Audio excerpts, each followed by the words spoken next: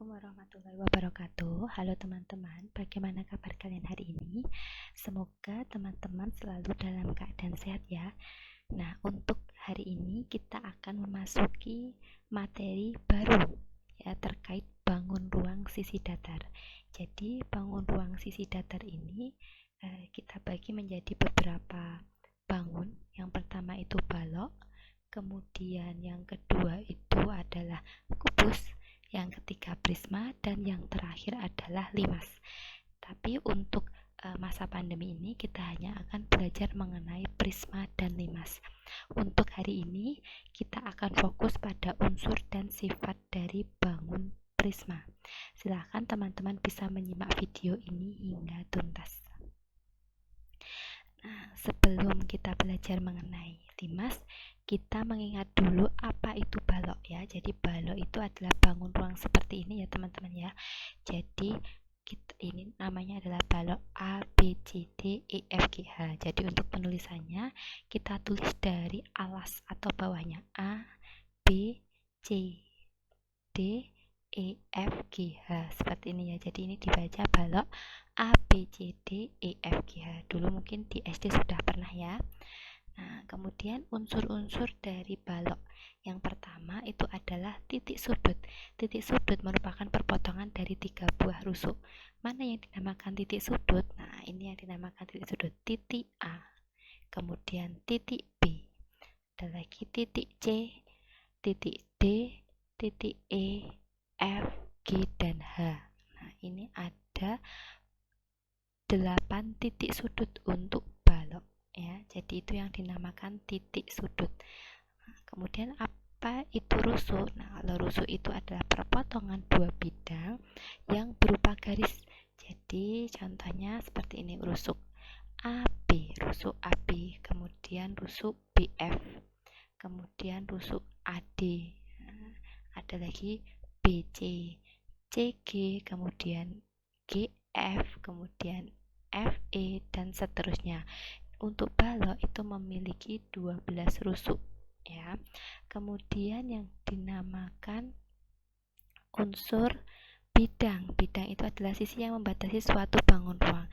Ini mungkin seperti kalau kita ilustrasikan seperti tembok yang menutupi ya. Jadi nah ini yang dinamakan bidang. Bidang A, B, F, E. Kemudian ada lagi bidang E, F, G, H. Ada lagi bidang B, C, F, G. Ada lagi bidang A, D, H, E. Ya, di sini untuk balok itu memiliki 6 bidang atau sisi ya. Nah, kemudian ada yang dinamakan diagonal bidang. Diagonal bidang itu adalah garis yang menghubungkan dua titik sudut yang sebidang. Nah, jadi dalam satu bidang ini yang dinamakan diagonal bidang. AF, kemudian BE. Nah, ada lagi BG, ada lagi CF, kemudian EG, FH, dan seterusnya. Nah, untuk balok itu memiliki 12 bidang diagonal. Nah, kemudian diagonal ruang. Nah, kalau diagonal ruang ini adalah garis yang menghubungkan dua titik sudut yang tidak sebidang. Jadi yang ada di dalam bangun ini. Contohnya, nah, AG, kemudian HB, ada lagi DF, ada lagi CE. Kalau untuk diagonal ruang dari balok itu memiliki 4 diagonal ruang. Kemudian bidang diagonal. Bidang diagonal itu adalah bidang dalam ruang yang terbentuk dari dua bidang yang sejajar. Jadi ini bentuknya adalah bidangnya teman-teman ya, tapi diagonal. Contohnya ini ACGE. Nah, kemudian ada lagi BDHF. Kemudian ada lagi AD GF, kemudian BC HE, AB GF, seperti itu ya. Jadi di sini ada 6 bidang diagonal. Mungkin itu beberapa unsurnya. Jadi nanti silahkan bisa diingat kembali karena ini nanti akan kita gunakan untuk mempelajari prisma, gitu ya. Nah, kemudian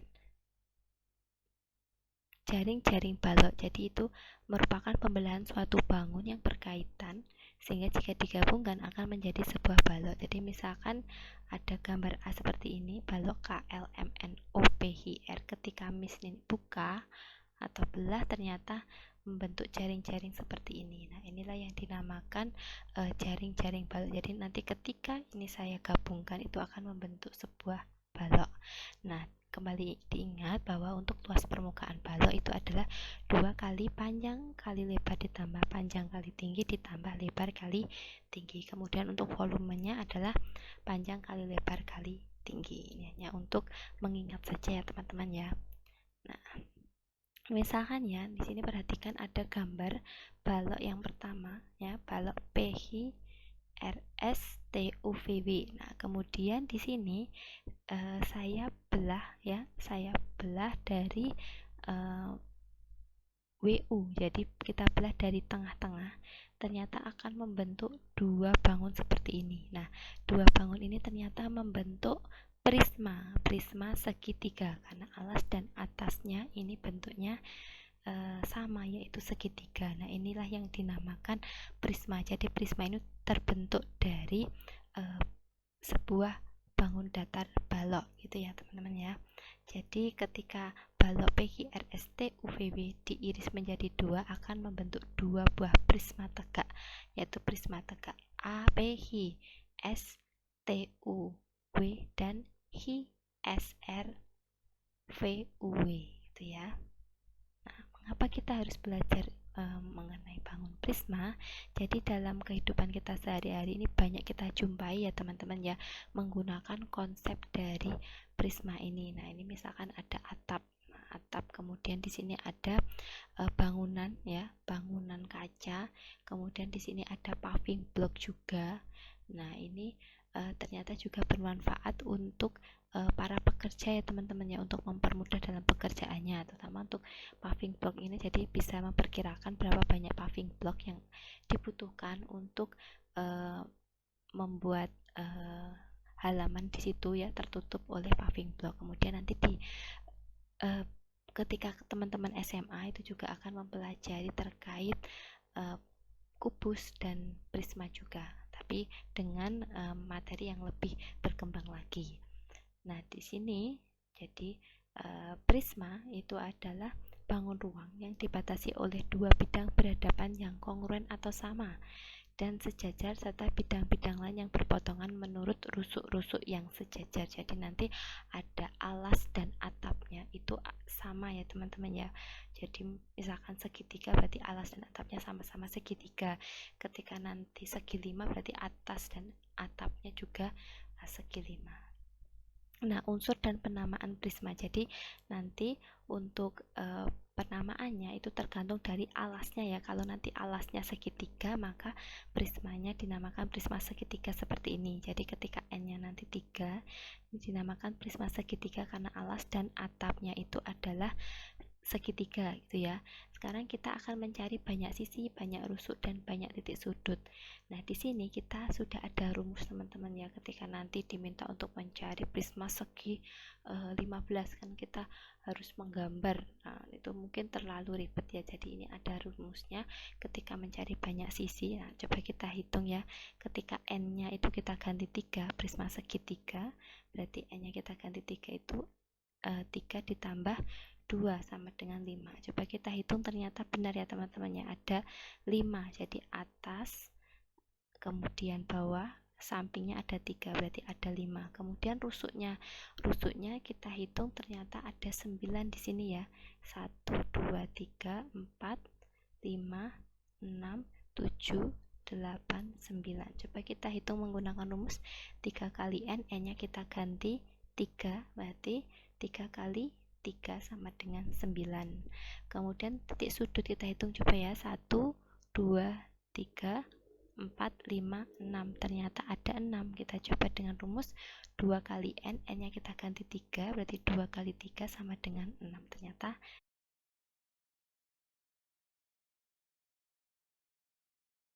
Nah, sekarang kita coba cari diagonal bidangnya ya. Jadi untuk rumusnya itu N kali N kurangi 1. Di sini bisa kita cari dulu. Jadi diagonal bidang itu berarti dari sisi ini ya, 1, kemudian sisi ini 2, 3, 4, 5, kemudian yang ini 6. Jadi ada 6. Kalau untuk segitiga di sini tidak ada diagonal bidang. Kita coba dengan rumus ya. N-nya kita ganti 3. Berarti 3 kali 3 kurangi 1. Kita kerjakan yang di dalam kurung, berarti 3 kali 2 hasilnya adalah 6. Sudah benar. Sekarang untuk mencari bidang diagonal. Nah, karena di sini N-nya ganjil ya. Nah, N-nya sama dengan 3 itu ganjil, kita gunakan rumus ini teman-teman. Setengah N kali N kurangi 3. N-nya kita ganti 3. Berarti setengah kali 3 kali 3 kurangi 3. Kita kerjakan yang di dalam kurung, berarti setengah kali 3 kali 0. Berapapun dikalikan 0 hasilnya adalah 0. Maka di sini untuk prisma segitiga tidak memiliki bidang diagonal. Sekarang kita cari diagonal ruangnya. Berarti N kali N kurangi 3. N-nya sama dengan 3 ya, kita ganti 3. Berarti kita kerjakan yang di dalam kurung, itu 3 kali 0. Nah, 3 kali 0 juga sama dengan 0. Maka untuk prisma segitiga itu tidak memiliki diagonal ruang. Cukup mudah ya teman-teman ya. Sekarang untuk N ketika N-nya itu adalah 4. Maka di sini dinamakan prisma segi 4 karena alasnya berbentuk segi 4. Nah, di sini N-nya kita ganti 4 ya teman-teman ya. Berarti 4 tambah 2 hasilnya adalah 6. Berarti ada 6 sisi. Kemudian untuk banyak rusuk 3 kali N. Berarti 3 kali 4 itu sama dengan 12. Ada 12 rusuk. Kemudian untuk titik sudutnya 2 kali N, N-nya ganti 4, berarti 2 kali 4 sama dengan 8. Berarti ada 8 titik sudut. Kemudian untuk diagonal bidang, N kali N kurangi 1, N-nya kita ganti 4, berarti kita kerjakannya di dalam kurung, 4 kali 3 sama dengan 12. Berarti ada 12 diagonal bidang. Kemudian untuk bidang diagonal, karena N di sini genap ya, 4 itu genap, kita gunakan rumus yang berbeda. Setengah kali N kurangi 1. N-nya kita ganti 4, kerjakan dulu yang di dalam kurung, berarti 4 kurangi 1 itu 3.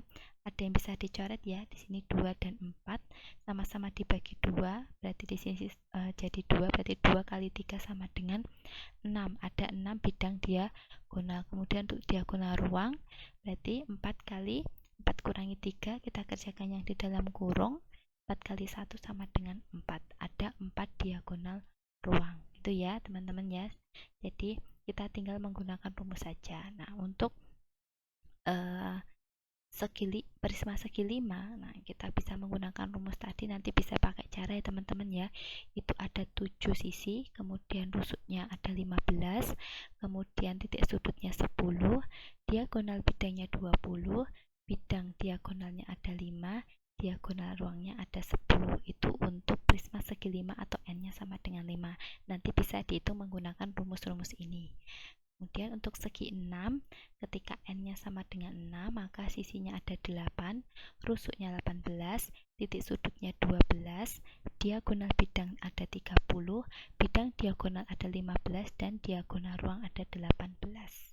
Itu ya, jadi bisa kita simpulkan bahwa prisma segi N itu memiliki rumusnya 2N titik sudut, kemudian 3N rusuk, N tambah 2 sisi, kemudian N kali N kurangi 1 titik sudut.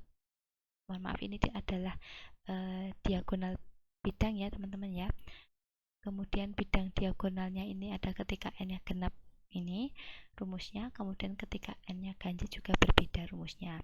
Kemudian untuk diagonal ruang rumusnya N kali N kurangi 3 itu ya.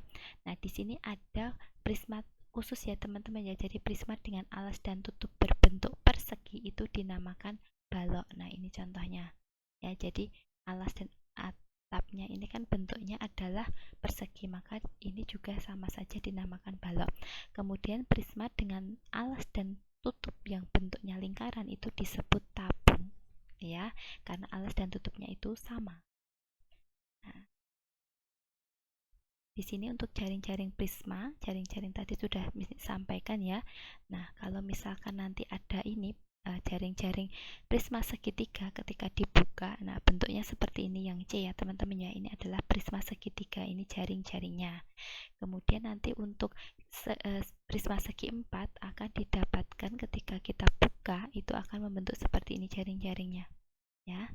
Itu adalah jaring-jaring prisma segi empat. Kemudian untuk segi 5 ya, ketika kita buka juga, nah ini yang kita dapatkan jaring-jaring dari prisma segi 5 itu ya teman-teman. Nah, silahkan tadi materinya bisa diulang-ulang kembali, kemudian bisa dicatat di bukunya masing-masing. Ini ada latihan soal, bisa dicoba di buku catatan kalian. Itu saja dari Miss Ni, terima kasih atas perhatiannya. Mohon maaf jika banyak kekurangan. Wassalamualaikum warahmatullahi wabarakatuh.